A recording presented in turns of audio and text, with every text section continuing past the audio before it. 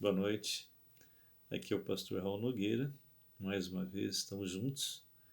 Eu não sei se você está comigo a primeira vez, mas se realmente é a primeira vez, ou mesmo que você já tenha assistido alguns vídeos, mas você ainda não se cadastrou, então faça isso, por favor, se inscreva e também dê o seu ok e toque o sininho para que você receba os novos vídeos. Bem, nós já fizemos a primeira parte dessa Semana Santa. É, falamos sobre o início, né? Como é que realmente surgiu a Páscoa. E nós, para isso, tivemos que ir lá para Êxodo 12. E lá nós vimos exatamente o início de tudo.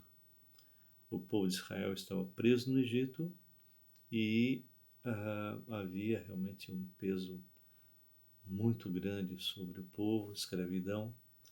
E Deus levanta Moisés para libertar esse povo.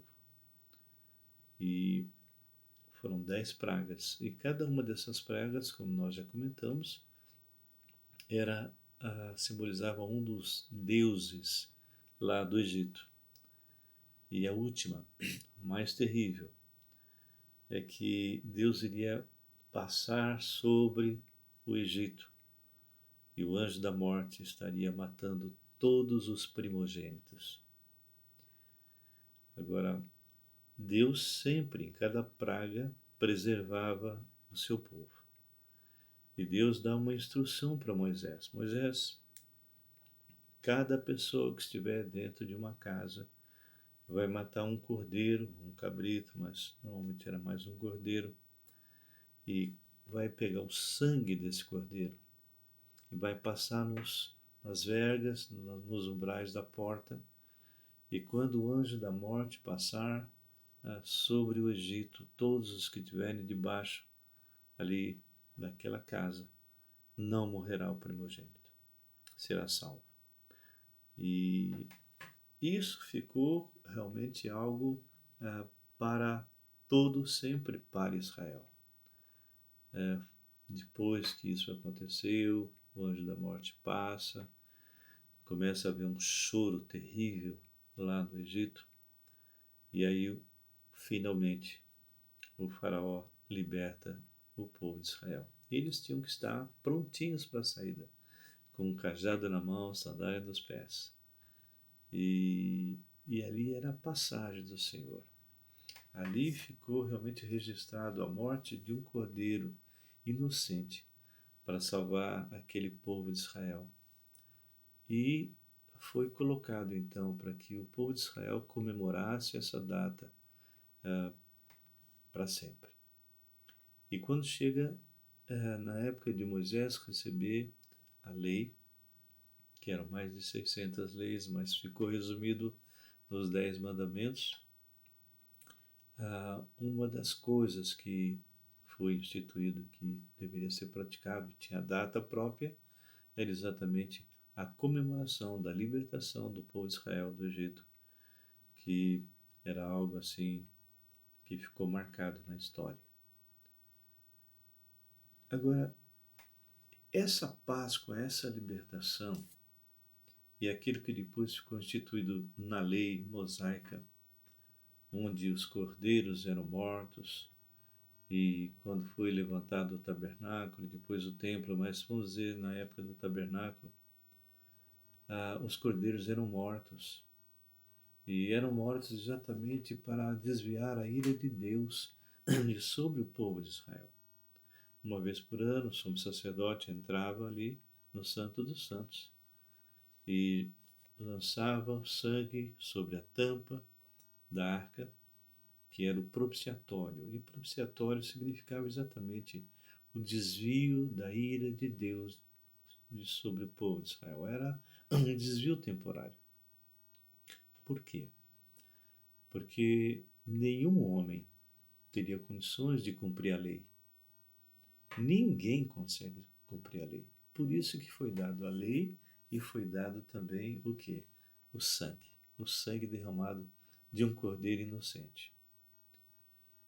Então, quando Deus olhava para o tabernáculo, o Santo dos Santos, ele desviava a sua ira sobre o povo de Israel. Desde Gênesis 3,15, como nós já comentamos lá atrás, houve o primeiro derramamento de sangue feito pelo próprio Deus, cobrindo Adão e Eva com peles, rejeitando o ato religioso de Adão se cobrindo com folhas de parreira. Só que isso que aconteceu foi instituído lá no Éden. Esse sangue, ele vem correndo, ele passa até por Abel e vem até chegar na cruz. Quando nós vimos Jesus na época dele, ele sabia que tinha vindo para morrer. E a época própria para que isso fosse feito era exatamente na época da Páscoa. Então, a gente percebe que a Páscoa foi comemorada na quinta-feira e sexta-feira o Senhor Jesus foi morto. Foi uma morte vicária, uma morte substitutiva, onde ele ficou no nosso lugar e morreu a nossa morte e ressuscitou. Sabe por quê? Porque nenhum de nós temos a capacidade, através de qualquer coisa que nós venhamos a fazer, seja frequentar a igreja, fazer boas obras, dar dízimo, qualquer coisa que você possa imaginar, nós não conseguimos mudar o que somos. Nós somos pecadores miseráveis, podres. E tudo que vamos fazer, nós fazemos a nível de alma. E o nosso problema é a nível de espírito. Nós somos mortos espiritualmente. Nós já nascemos mortos. Por um só homem entrou o pecado e todos morreram. E Jesus, ele veio para morrer no nosso lugar. E pela morte de um, só que não era a morte de qualquer um, era a morte do Deus vivo, daquele que havia criado todo o universo, aquele que havia entrado na história através de Maria. Ele vai para a cruz do Calvário, e quando ele está na cruz do Calvário, ele recebe dele todos os nossos pecados. Ele morre a nossa morte. Quando Deus, o Pai, olha para a cruz, não vê mais o Filho, ele vê você, vê a mim, vê toda a humanidade, desde o primeiro que nasceu até o último. E a ira do Pai que devia cair sobre cada um de nós, nos levando eternamente para o inferno. Essa ira cai sobre Jesus. Jesus, então, se torna o nosso propiciatório. Só que diferente da morte do Cordeiro, que todos os anos o sumo sacerdote tinha que entrar no Santo dos Santos para resolver esse problema, a morte de Jesus foi definitiva, conforme está em Hebreus. Foi uma única vez para sempre. A morte dele foi algo que resolveu todo o problema do pecado do homem. Então, quando Jesus morreu, nós morremos com ele. Quando Jesus ressuscitou, nós ressuscitamos com Cristo.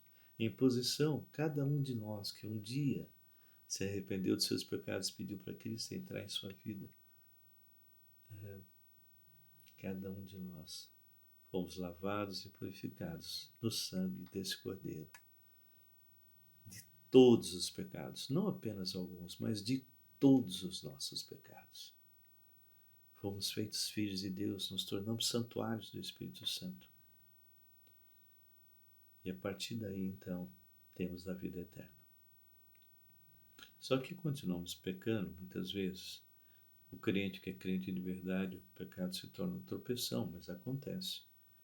E por isso que nós temos que confessar esse pecado, não para, de alguma forma, sermos salvos de novo, não. A salvação já está feita, completa, perfeita.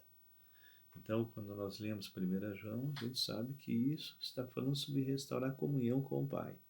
Cada vez que eu peco hoje, esse pecado que eu acabei de pecar, se eu já nasci de novo em Cristo, esse pecado que eu acabei de fazer já estava na cruz. Lá na cruz. Então eu quebro agora a comunhão com meu Pai. Eu só tenho que pedir perdão para Ele me arrepender daquele pecado e ser restaurado. Mas vamos voltar novamente à última parte que eu falei do vídeo anterior. Esse Jesus, que é Deus e poderoso, ele havia falado para os seus discípulos que ele ia morrer e ressuscitar. Se vocês tiverem curiosidade, depois dá um passeio ali em Lucas 24, ele conversando com duas pessoas que caminhavam, muito tristes, porque eles pensavam que Jesus era o Messias, e quando eles aguardavam o Messias, não estavam aguardando um Deus que se fez homem. Eles estavam aguardando alguém tipo Moisés, que os libertaria de Roma. Bem, mas vamos voltar àquilo que eu havia falado no começo. Jesus, ele comemora a Páscoa com os seus discípulos. E depois que ele comemorou a Páscoa com os seus discípulos, ele é preso, sexta-feira, e ele é morto. E quando ele morre, ele vai para o seio de Abraão, onde estavam todos aqueles que creram por fé antes dele vir. Nenhum deles tinha ido ao céu. Eles estavam aguardando ali, porque Jesus Cristo ainda não tinha morrido, não tinha pago o preço. Mas quando o Senhor Jesus morre e fica ali no seio de Abraão, e vocês lembram que eu comentei no primeiro, que quando aquele ladrão, aquele malfeitor que estava na cruz, ele se converte. E não tem essa, como eu já mencionei, de ladrão bom, ladrão ruim, como alguns falam. Não, os dois blasfemavam contra Deus. Somente um deles se converte. Somente um deles é tocado. E ele vira para Jesus: Jesus, lembra-te de mim quando entrares no teu reino. Ele já tinha dado uma bronca no outro, dizendo: não temes a Deus estando em igual sentença? Ou seja, sabia que eles estavam na mesma sentença de cruz. Esse nenhum mal fez, reconheceu que Jesus, ele era completamente santo, puro. Mas nós, na verdade, merecemos. Ele reconhecia que ele era pecador. E aí ele invoca o nome do Senhor e fala: Senhor, lembra-te de mim quando entrares no teu reino. E se você lembra do que eu comentei lá na primeira parte, é que Jesus não virou para ele e disse: olha, infelizmente você não foi batizado, você não deu dízimo, você não frequentou os cultos, não frequentou a igreja, você não fez boas obras. Não, Jesus simplesmente disse: hoje mesmo estarás comigo no paraíso. E quando chega o domingo, que exatamente hoje eu estou no domingo, domingo de Páscoa, Jesus ressuscita. Ele se levanta e vai embora, conforme ele havia falado. Jesus não é mentiroso. Ele cumpre tudo que ele falou. Mais de 300 profecias se cumpriram a respeito de Jesus Cristo. O Velho Testamento está abarrotado. Mais de 300 profecias. E foi se cumprindo uma por uma. E eu terminei o vídeo anterior relatando algo muito interessante que tem passado batido. Alguns pesquisadores se referem a algo bem interessante. Aqui no capítulo 20, nós encontramos Pedro e João correndo ao encontro de Jesus lá no sepulcro, porque ele havia sido informado pelas mulheres que elas haviam chegado lá e o túmulo estava vazio. Então, no capítulo 20, diz assim: no primeiro dia da semana, ou seja, no domingo, Maria Madalena foi ao sepulcro de madrugada, sendo ainda escuro. Viu que a pedra estava revolvida. Então correu e foi ter com Simão Pedro e com outro discípulo, no caso João, a quem Jesus amava, e disse-lhes: tiraram do sepulcro o Senhor, e não sabemos onde o puseram. Saiu, pois, Pedro e o outro discípulo, e foram ao sepulcro. Ambos corriam juntos, mas o outro discípulo correu mais depressa do que Pedro e chegou primeiro ao sepulcro. Abaixando-se, viu os lençóis de linho. Todavia, não entrou. Então Simão Pedro, seguindo, chegou e entrou no sepulcro, e ele também viu os lençóis. O que é interessante ele mencionar os lençóis, e vamos ver algo diferente agora. E o lenço que estivera sobre a cabeça de Jesus, e que não estava com os lençóis, mas deixado num lugar à parte. Então entrou também o outro discípulo que chegara primeiro ao sepulcro e viu e creu, pois ainda não tinha compreendido a Escritura que era necessário ressuscitar ele dentre os mortos e voltar os discípulos outra vez para casa.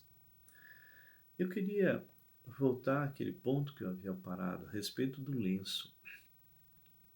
Alguns pesquisadores colocam que fazia parte da cultura judaica quando o senhor de uma casa que tinha servos, ele estava almoçando, jantando, qualquer tipo de refeição, os servos ficavam longe, ele não podia estar ali junto. E quando aquele dono da casa saía, é quando eles entravam. E aí tinha algo interessante com respeito ao lenço.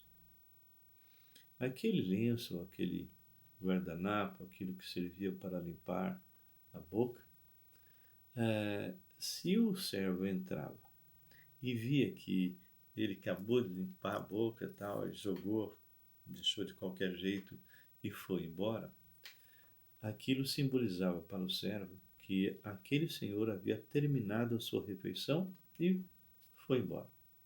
Mas, se o servo entrava e o lenço estava dobrado, bonitinho, colocado do lado, à parte, esse servo não tocava nos pratos. Por quê? Porque aquilo simbolizava que o dono da casa iria voltar. Então, esses pesquisadores deixaram algo assim tão interessante, porque o lenço que estava dobrado à parte, longe dos lençóis. Os lençóis possivelmente estavam todos arranjados, tudo bagunçado, mas o lenço não. E o que significou, então, para aqueles que conheciam a cultura? Que aquele Jesus iria voltar. Porque quando o dono da casa deixava daquela forma, ele simplesmente saía para fazer alguma necessidade, algum problema, e depois ele voltava para continuar a comer. Então, o que é que Jesus deixou para nós, os servos? Eu vou voltar. Você crê nisso, meu irmão? Que Jesus está voltando e que estamos muito próximos do arrebatamento?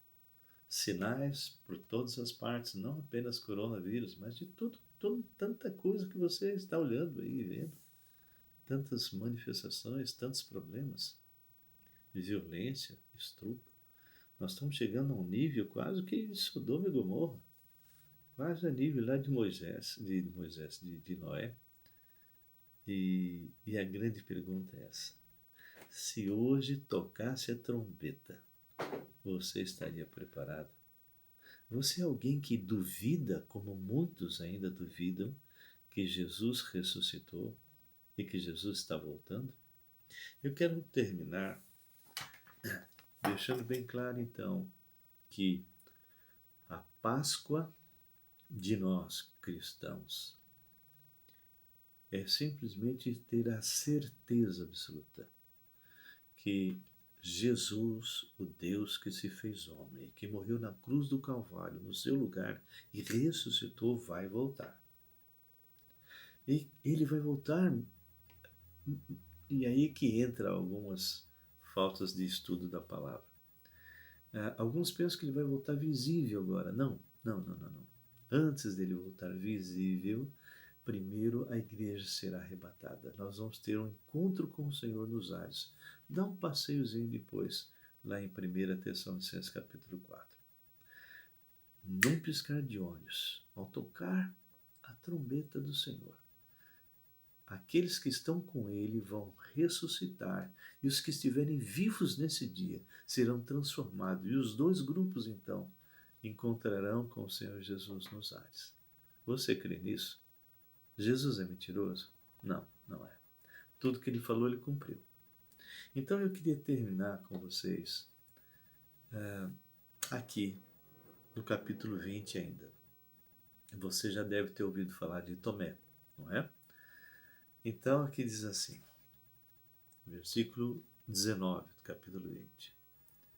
Ao cair da tarde daquele dia, o primeiro da semana, trancadas as portas da casa onde estavam os discípulos, com medo. Você imagina, quando Jesus Cristo morreu, eles ficaram apavorados, porque possivelmente imaginavam, seremos perseguidos, seremos mortos, não é?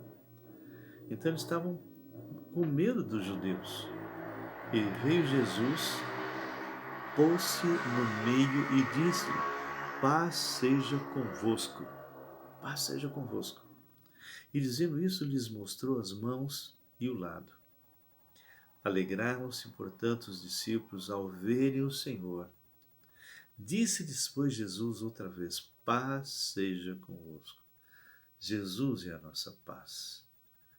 Quem tem Jesus tem paz, independente de circunstância. Claro que nós temos uma natureza decaída, uma natureza humana, e o Senhor respeita isso. Você não vai encontrar nas Escrituras: não fique ansioso, porque Ele sabe que o homem fica. Mas você vai encontrar nas Escrituras Ele dizendo: não ande ansioso, não ande preocupado, não ande com medo. A paz do Senhor está com aquele que crê no Senhor Jesus. Em Romanos 5:1, nós temos o início da nossa salvação. A palavra fala: justificado, pois mediante a fé temos paz com Deus, mediante nosso Senhor Jesus Cristo. Então, Romanos 5:1 fala que nós somos livres da condenação eterna. Se você depois ler Romanos 6:7, fala da santificação, do crescimento, da maturidade que nós temos, e nós que estamos falando agora, crentes, estamos exatamente nesse período de santificação, até chegarmos em Romanos 8, que fala sobre a glorificação. Então, na santificação, o domínio não vai ter mais domínio sobre nós, mas na glorificação, nós não teremos mais a natureza decaída como temos hoje. Mas voltando aqui, a palavra fala muito claro que o Senhor se manifesta. Só que nesse momento que ele se manifesta, Tomé não estava. Tomé não estava com eles. E aí, olha só o que vai acontecer. No versículo 24 diz: ora, Tomé, um dos 12, chamado Dídimo, não estava com eles quando veio Jesus. Disseram então os outros discípulos: vimos o Senhor. Mas ele respondeu: se eu não vir nas suas mãos o sinal dos cravos, e ali não puser o meu dedo, e não puser a minha mão no seu lado, de modo algum acreditarei. Muitos que já ouviram o Evangelho várias e várias vezes, não creem que realmente Jesus ressuscitou, não creem que Jesus é Deus, muito menos que Ele é o único nome pelo qual importa que sejamos salvos. Eles depositam a salvação em alguma coisa que Ele possa fazer. Boas obras, frequentar alguma igreja. Alguns pensam que realmente Ele pode, de alguma maneira, fazer alguma coisa para ser salvo, mas não tem nada. Nada que você faça vai mudar o que você é.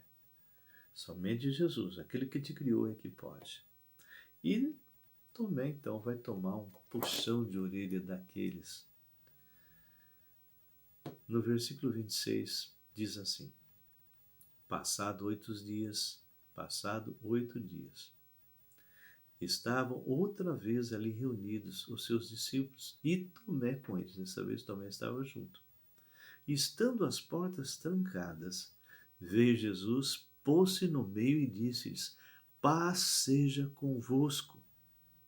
E logo disse a Tomé: põe aqui o teu dedo e vê as minhas mãos.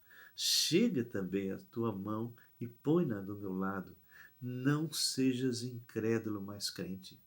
Você já imaginou o susto de Tomé? Você já imaginou aquele que estava sendo incrédulo, que havia andado com Jesus e estava duvidando de Cristo? Mas respondeu-lhe Tomé: Senhor, olha só, Senhor meu e Deus meu. Vou repetir. Respondeu-lhe Tomé: Senhor meu e Deus meu. Tomé reconhece que Jesus era o Quírios, era o Senhor e era Deus. Mas Jesus vai lhe dar um puxão de orelha. Disse-lhe Jesus: porque me viste, creste? Bem-aventurados os que não viram e creram. Que é o nosso caso. Eu não vi Cristo, mas pela palavra de Deus e pelo toque do Espírito Santo de Deus, eu entendi todo o Evangelho. Entendi que Jesus realmente é o único meio de salvação. Nada que eu faço muda o que eu sou. Eu preciso ser salvo para aí sim andar, fazer coisas como consequência da minha salvação. E eu pergunto agora, você crê? Você realmente já se arrependeu de todos os seus pecados? Você reconheceu que não tem igreja que possa te salvar, não tem pastor, nem padre, nem sacerdote, nada, ninguém, nenhum tipo religioso pode fazer nada por você. Só Jesus. E é só Jesus, não é Jesus e mais alguma coisa. É só Jesus. Ele termina aqui dizendo, na verdade, fez Jesus diante dos discípulos muitos outros sinais que não estão escritos nesse livro. Estes, porém, foram registrados para que creiais que Jesus é o Cristo, o Filho de Deus. E ele fecha dizendo o quê?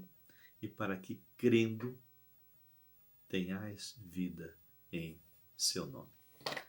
Jesus, ele fala, em verdade vos digo, quem ouve a minha palavra e crê naquele que me enviou, tem a vida eterna. Não entrará em juízo, mas passou da morte para a vida. Mas em Hebreus 9:27 ele fala, o homem está ordenado que morra uma só vez. E depois disso, o juízo. Olha que diferença. Quem não crê no Senhor Jesus vai passar pelo juízo e, infelizmente, será lançado no final de tudo, no lago de fogo. Mas quem crê no Senhor Jesus não entra em juízo. Eu vou fazer uma oração de entrega. Se você entendeu a mensagem, se o Espírito Santo de Deus tocou o teu coração e você nunca nasceu de novo, nunca você convidou arrependido dos seus pecados para que Cristo entrasse na sua vida e transformasse você de dentro para fora, transformasse os seus valores, então quero te dar essa oportunidade nessa Páscoa para que Jesus possa realmente entrar em sua vida. Se você entendeu a mensagem que você é pecador, miserável, podre, e que nenhuma religião pode resolver o seu problema, e que Jesus Cristo realmente ele te ama e quer entrar na sua vida e te transformar, e você só tem essa chance enquanto você está vivo. Depois que você morreu, você já decidiu. Então, se é isso, se você quer realmente ter um encontro, uma experiência com Jesus agora, então feche os teus olhos e ore de coração. De coração. Diga, Senhor Jesus, eu entendi que eu sou pecador, sou miserável. E se eu morrer do jeito que eu estou, eu vou para o inferno. Entendi também que Jesus é o Criador do universo e ele entrou no mundo que ele havia criado. Ele morreu na cruz por causa de mim. Ele recebeu nele a ira do Pai, que me lançaria por toda a eternidade no inferno. Ele morreu a minha morte, só que ele ressuscitou e está vivo. E ele está me fazendo aquele convite: vinde a mim, vós que estáis cansados e sobrecarregados, e eu vos aliviarei. Aprendei de mim, porque sou manso e humilde de coração, e acharei descanso para as vossas almas, porque meu jugo é suave e meu fardo é leve. Senhor, hoje eu tomo a decisão, arrependido daquilo que eu sou, de tudo que eu já fiz. Eu me arrependo, Senhor, e te convido agora, eu tomo a decisão. Eu te convido para ser o dono da minha vida, o meu Senhor e meu Salvador. Entra hoje no meu coração e faz de mim uma nova criatura. Eu creio que a partir de agora, todos os meus pecados foram perdoados e eu fui feito filho de Deus e tenho a vida eterna. Se você fez essa oração, e Jesus não é mentiroso, Ele, a partir de agora, é teu Senhor. O Espírito Santo passa a viver na tua vida e você tem a vida eterna. E se você fez isso, procura uma igreja próxima à tua casa, uma igreja que prega realmente o Evangelho verdadeiro. Cuidado com essas arapucas, as grandes igrejas e grandes negócios que não pregam realmente a verdade. Vá alguém que fale de Jesus de verdade, que mostre na palavra de Deus e te faça crescer. E se você mora aqui perto de onde eu estou, estamos no Jabaquara ou no Alto do Ipiranga, por essa zona aqui, Vila Mariana, e você gostaria de estar conosco, então venha até o Alto do Ipiranga, na rua Salvador Simões, e você vai encontrar a Igreja Batista Regular Filadélfia. É só entrar no YouTube ali e você vai achar. Fácil, fácil. E que Deus abençoe. Se você tiver alguma dúvida e você quiser falar comigo, tenha toda a liberdade. É São Paulo 11 999 11 52 e 72. Que Deus te abençoe e uma ótima Páscoa.